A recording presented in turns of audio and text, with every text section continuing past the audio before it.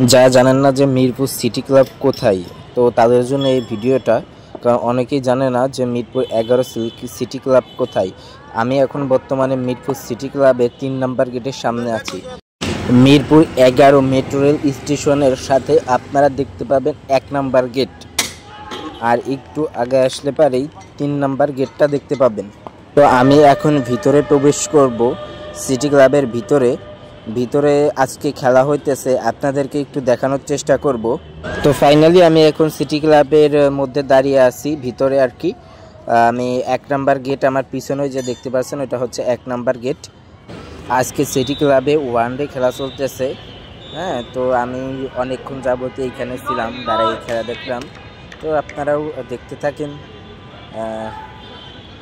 এটা হচ্ছে সিটি ক্লাবের মধ্যে, হ্যাঁ, মিরপুর 11টা আর কি।